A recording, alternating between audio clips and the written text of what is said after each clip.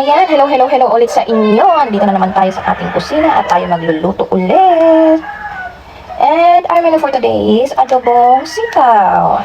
Oh, ayan. Tapos bukas, pansit canton na ang ating ulam. Yung, alam nyo ba yun yung parang kasasahod mo pa lang pero parang pet sa ligaw na agad. Okay, charot lang. And syempre, diba kailangan na natin magtipid-tipid, hindi naman lahat ng oras may dumarating na pera sa atin. Kagaya ko na isang housewife, nandito sa bahay, kaya naman dito sa Facebook, tayo ay nag-upload ng ating videos para magkaroon ng views at kumita ang ating videos. Pero, papasahurin ka kaya ako? Hindi. Ayun. Diba, kahit wala namang sahod, kung talagang nag-enjoy ka sa ginagawa mo dito sa pag-upload mo, pag-vlog mo, diba? Masaya ka na doon.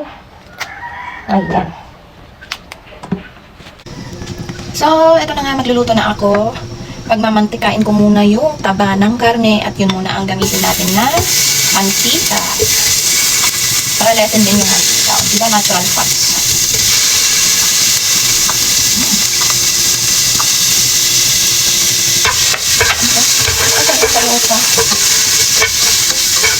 Sa simple luto lang naman ang gagawin natin for today. And, ayan, sana magustuhan din yung aking video. Ayan. So, ayan. Always be positive every day kahit tayo ay may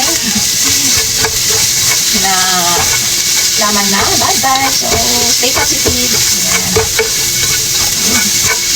Yung gamit ko para akong buntis. Totoo yung bilbil lang po yan. Baka gusto nyo, i-share ko sa inyo yung bilbil ko.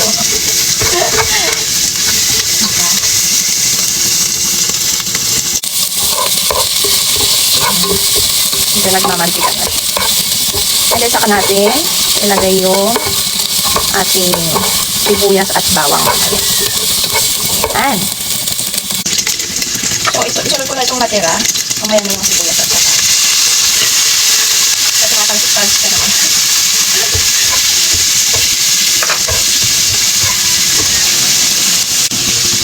And yan, nilagay na natin yung sibuyas at lagyan na rin natin ng siyempre bawang.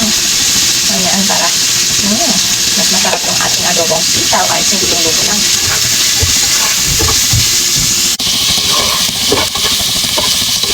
Pwede na natin ilagay yung sitaw.